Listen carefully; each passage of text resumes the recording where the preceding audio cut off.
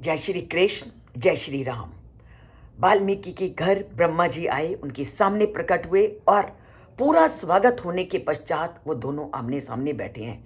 पर वाल्मीकि पूरी तरह से चिंता से युक्त हैं, क्योंकि जब कोई ऐसी आप घटना को अपने जीवन में घटित देखते हो तो चाहे कोई कितना भी बड़ा तुम्हारे सामने आए, वो घटना आपके चित्त को इतना प्रभावित किए होती है कि आप हमेशा उसी घटना की चिंता में लगे रहते हो। और वही स्थिति वाल्मीकि जी की थी, क्योंकि उन्होंने एक पक्षी को जो निरपराधी था उसे शिकारी के द्वारा घायल होते हुए देखा।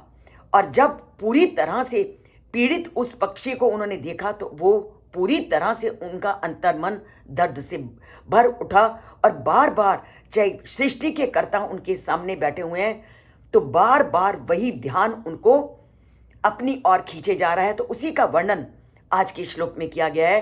तद गतेन एव मनसा वाल्मीकि ध्यानम आस्थिता पाप आत्मा कृतम कष्टम वैर ग्रहेण बुद्धिना।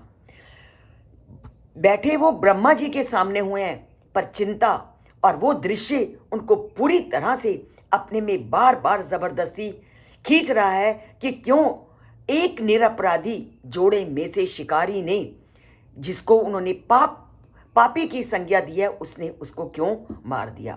निरपराधी पर पाप करना हमारे ग्रंथों में हर जगह निषिद्ध है। तो उनको ये बात बुरी तरह अंदर तक खाई जा रही थी कि क्यों निरपराधी का उस शिकारी ने वध किया। तो ब्रह्मा जी के सामने बैठे हुए भी वो उनके मन में केवल वही परिस्थिति, वही दृश्य पूरी तरह से उनके मन को पीड़ित कर रहा था कि क्यों एक निरपराधी पर एक शिकारी ने उसका नाश किया। और ब्रह्मा जी वाल्मीकि की इस अवस्था को पूरी तरह से भाप रहे थे। वाल्मीकि को वो पूरी तरह से इस चिंता से ग्रस्त देख रहे थे। तो इसलिए इस परिस्थिति में वो वाल्मीकि को क्या कहते हैं, इसको हम कल के श्लोक में जानेंगे।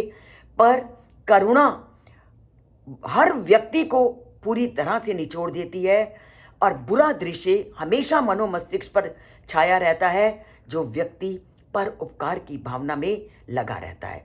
तो ये श्लोक हमें सीख देता है कि कभी भी निरपराधी को आपने पीड़ित या उसको नुकसान नहीं पहुंचाना, क्योंकि ये हमारी संस्कृति के विरुद्ध है। और ये व्यक्ति जो अगर ऐसा करता है तो वो पाप का भागीदार बनता है। तो अब ब्रह्मा जी उनकी इस चिंता का समाधान क्या निकालते हैं, इसे हम कल के श्लोक में जानेंगे। अगर आप चैनल से जुड़ेंगे, श्लोकों से अपना नाता जोड़ेंगे, जय श्री कृष्ण और जय श्री राम बोलेंगे।